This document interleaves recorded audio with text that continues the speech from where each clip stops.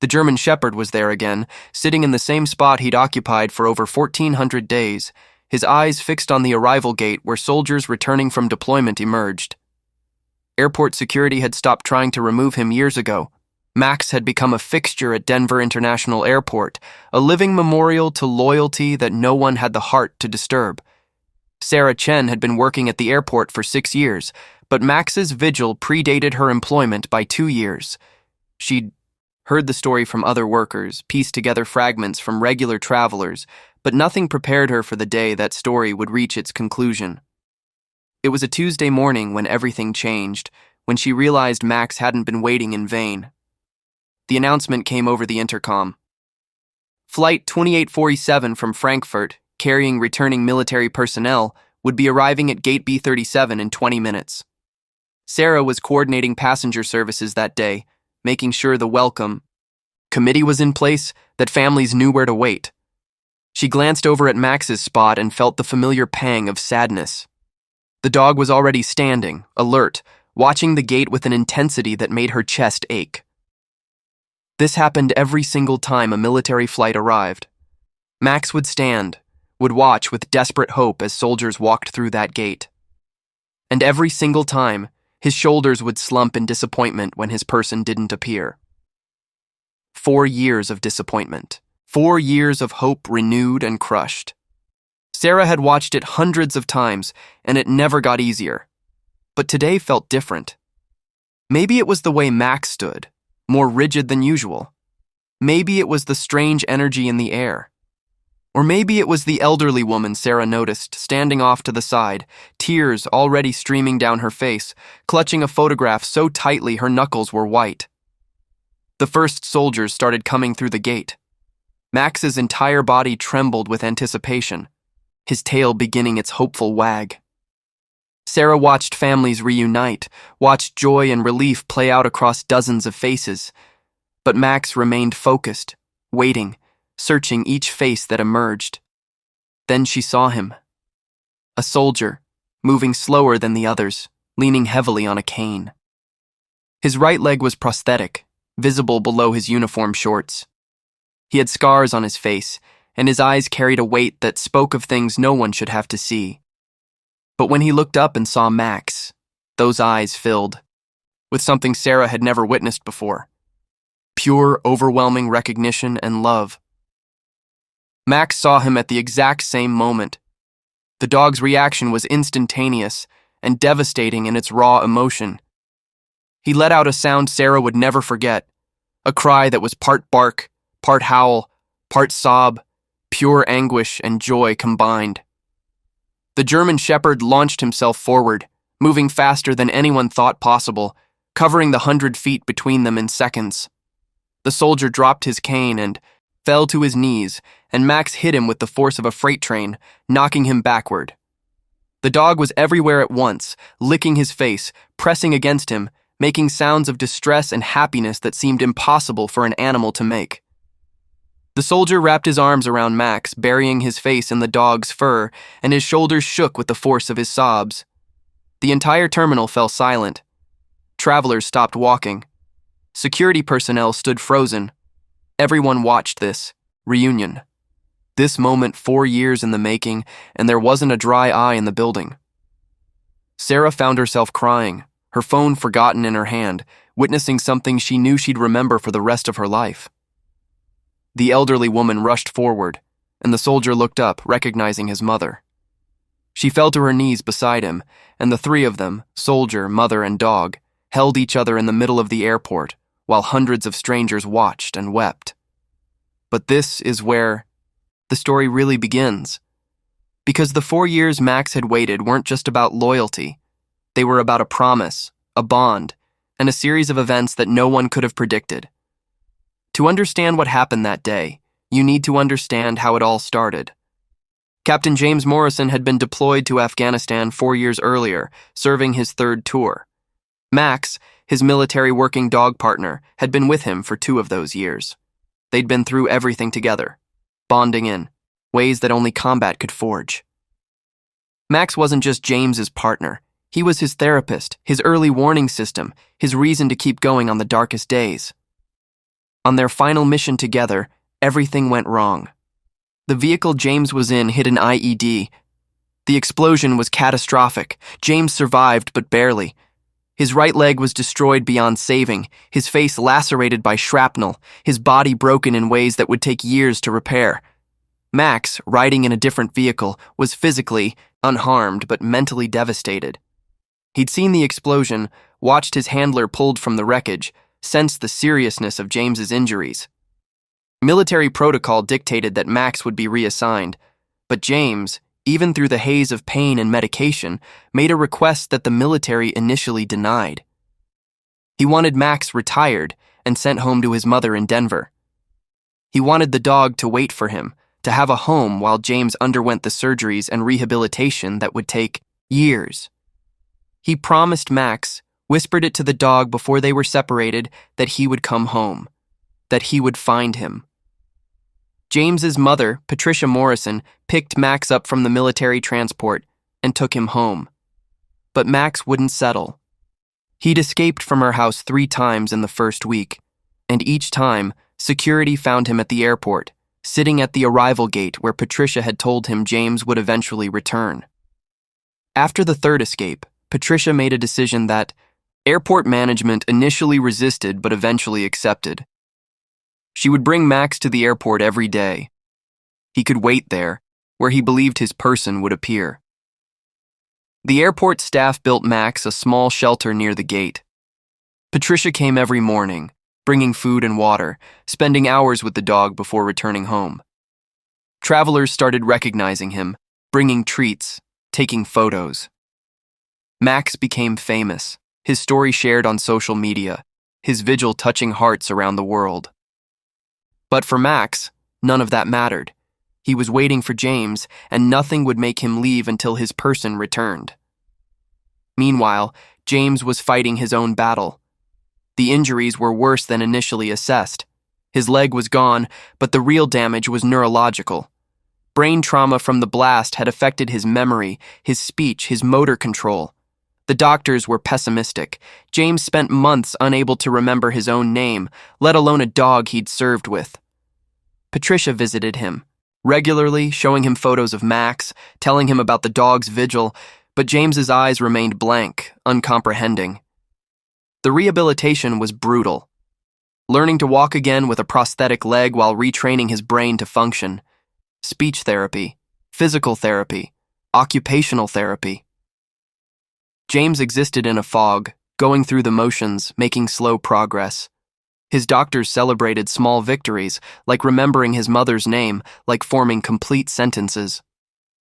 But the light that had once been in James Morrison's eyes remained extinguished. 2 years into his recovery, something shifted. James was in a therapy session when a dog barked outside the medical facility. His reaction was immediate and instinctive. His head snapped toward the sound. His body went rigid, and he whispered a single word. Max. It was the breakthrough his doctors had been hoping for. The memories started returning, slowly at first, then in a flood. James remembered Afghanistan, remembered his missions, remembered his partner. He remembered the promise he'd made. And when his mother told him that Max had been waiting at the airport for 2 years, James broke down and sobbed. But returning home wasn't simple. James's recovery was far from complete. He still struggled with balance, with coordination, with the complex movements required for independent living. The military doctors recommended at least another year of intensive therapy before attempting to resume normal life. James, desperate to get to Max, pushed himself harder than ever. His determination became legendary among the staff. The man who'd been barely functioning threw himself into recovery with single-minded purpose. The next 2 years were a marathon of small improvements. James learned to walk again, really walk, not just shuffle with a cane. He regained his speech fluency, his memory, his cognitive abilities. He did it all with the image of Max waiting for him burned into his mind. Patricia brought her tablet to therapy sessions, showing him the live stream a news station had set up of Max's vigil. Watching that dog wait gave James the strength to endure the pain, to push through the setbacks, to never give up. But there was a complication no one had anticipated. As the years passed and James's return remained uncertain, the military began pressuring Patricia to rehome Max. 4 years was too long for a dog to wait, they argued. Max needed a permanent home, needed to move on. Patricia fought them, but as Max entered his 10th year, she faced a heartbreaking reality. The dog was aging, his health declining from the stress of waiting. Veterinarians warned that the psychological toll of the endless vigil was shortening Max's life. Patricia faced an impossible choice: force Max to leave his post and potentially break his spirit completely, or allow him to continue waiting and watch him slowly decline. She chose to let him wait, but she made a desperate call to the military hospital where James was being treated. She told them the truth. Max was dying from waiting. If James didn't come home soon, the dog wouldn't be there when he finally could. That call changed everything. James's doctors, moved by the story, broke protocol. They accelerated his discharge process, certified him fit for travel earlier than they'd planned. It was risky. James still needed ongoing care, but the psychological benefit of reuniting him with Max outweighed the medical concerns. They coordinated with Patricia, planned the arrival, made sure everything was in place. The day James was cleared to fly home, Patricia went to the airport early. She hadn't told Max, didn't know how to prepare him for what was about to happen. She just held him close. This dog who'd waited longer than anyone thought possible, and whispered that today was the day. Max's reaction suggested he understood. He stood taller that morning, his eyes more alert than they'd been in months. And then that moment happened. The moment Sarah witnessed. The moment that 4 years of waiting culminated in a reunion so powerful it stopped an entire airport. But the story didn't end with that reunion. James couldn't walk on his own yet, not after the emotional impact of seeing Max had literally knocked him down. Airport staff brought a wheelchair, and Patricia helped her son into it. Max refused to leave his side, pressing against James's leg, the prosthetic and the real one, as if he needed to touch both to believe his person was really there. They took James to the airport medical center to check his vitals after the emotional trauma. Max went with them, still pressed against James, his eyes never leaving his person's face. The airport doctor, a man named Dr. Rashid who'd treated Max several times over the years for minor issues related to his vigil, examined James while trying not to cry himself. The examination revealed something extraordinary. James's heart rate, blood pressure, and stress markers, all of which had been concerning during his flight, had normalized the moment he reunited with Max. The dog wasn't just James's companion. He was a healing force, a living therapy that no medication could replicate. Dr. Rashid documented everything, sending his findings to James's military doctors, providing medical evidence of something everyone in that airport already knew. These two belonged together. Patricia drove them home that afternoon, Max riding in the back seat with his head resting on James's lap, the soldier's hand constantly stroking his fur. James couldn't stop talking, telling his mother everything he remembered, everything he and Max had been through together. The words flowed easily now, the speech difficulties he'd struggled with for years seeming to dissolve in Max's presence. When they arrived at Patricia's house, the house Max had never accepted as home, the dog's behavior shifted again. He'd lived there for 4 years, but had always treated it as temporary housing, a place to rest between trips to the airport. But now, with James walking through the door, Max claimed the space. He showed James around, led him to the room Patricia had prepared, and for the first time in 4 years, Max laid down on a dog bed and truly relaxed. The next morning, Sarah Chen woke up to hundreds of messages on her phone. The video she'd taken of the reunion had gone viral overnight. News organizations were calling, wanting to interview James and Max, wanting to tell their story. But Sarah knew the real story wasn't just about a reunion, it was about what came next.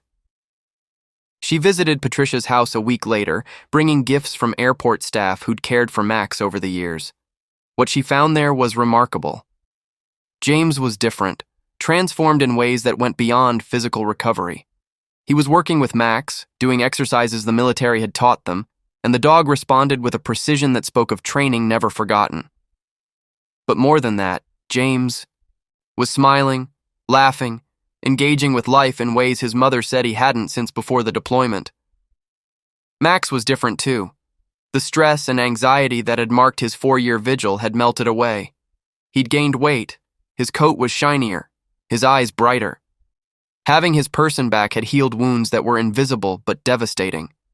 The veterinarian who examined him a week after the reunion said it was miraculous. Max's health markers had improved dramatically. The dog who'd been slowly dying from waiting was now thriving. But the most extraordinary development came 2 months after the reunion. James, working with Max daily, had regained abilities his doctors thought were permanently lost. His balance improved, his coordination sharpened, his cognitive function exceeded pre-injury levels. The bond between soldier and dog had created a therapeutic environment more effective than years of medical intervention. Max wasn't just happy to have his person back, he was actively helping James heal. The military took notice. James's case became a subject of study, evidence of the powerful healing potential of reuniting soldiers with their military working dog partners. Policy changes were proposed. The story of Max's 4-year vigil and its impact on James's recovery influenced decisions at the highest levels of military medicine. 6 months after the reunion, James returned to the airport with Max. Not as a patient, not as someone broken, but as an advocate. He spoke at a ceremony honoring Max and all military working dogs, his voice strong, his message clear. Dogs like Max weren't just tools or equipment. They were partners, family, essential support systems that soldiers needed long after deployments ended.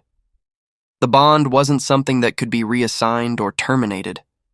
It was permanent, forged in circumstances that civilians couldn't understand. Sarah watched James speak, remembered the broken man who'd walked through that gate, compared him to the confident, passionate advocate standing before her now. The transformation was complete. Max, sitting beside him wearing a vest covered in medals and honors, watched his person with devoted attention, ready to serve, ready to protect, ready to do whatever James needed. The airport installed a permanent memorial that day, a statue of a dog waiting, a tribute to Max and all animals who'd served and sacrificed. The inscription read, "Loyalty knows no time limit. Love never stops waiting." Thousands of people attended the unveiling, many of whom had seen Max during his vigil, had brought him treats, had posted his story online. They celebrated not just a reunion, but a testament to the unbreakable bonds between soldiers and their partners. But for James and Max, the celebration was just another day. They went home together, to the house that was finally theirs, and continued the routine they'd established. Physical therapy in the morning, which Max participated in, seeming to sense which exercises James struggled with. Afternoon walks that helped James rebuild his strength. Evening training sessions that kept Max sharp and engaged. And at night, they slept in the same room, Max's bed positioned so he could see James, both of them finally at peace. A year after the reunion, James testified before Congress about military working dog retirement and adoption policies.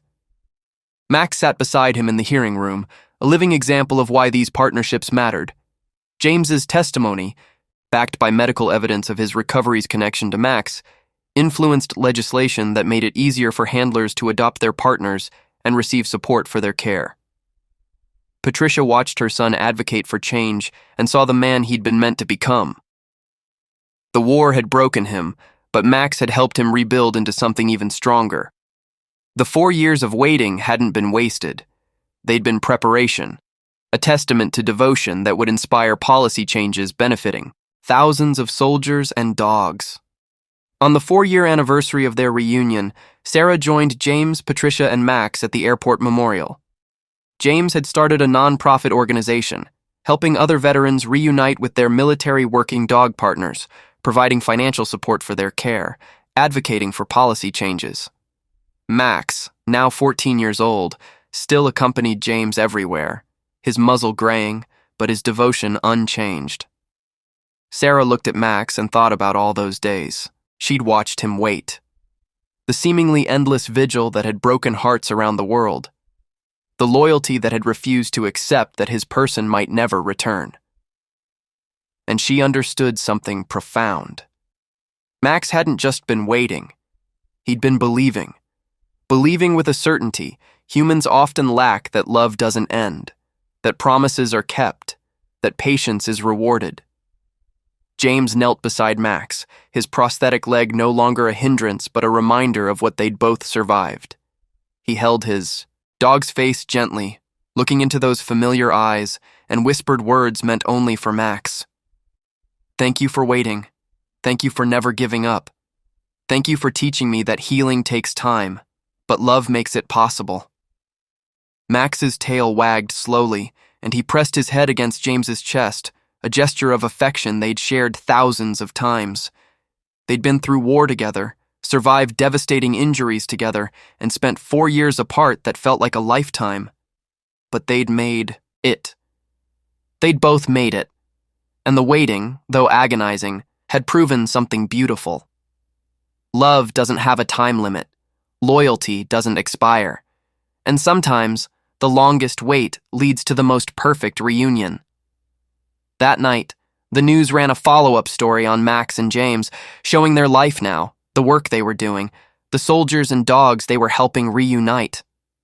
The segment ended with footage from that original reunion day, the moment Max saw James and launched himself forward with 4 years of waiting exploding into pure joy.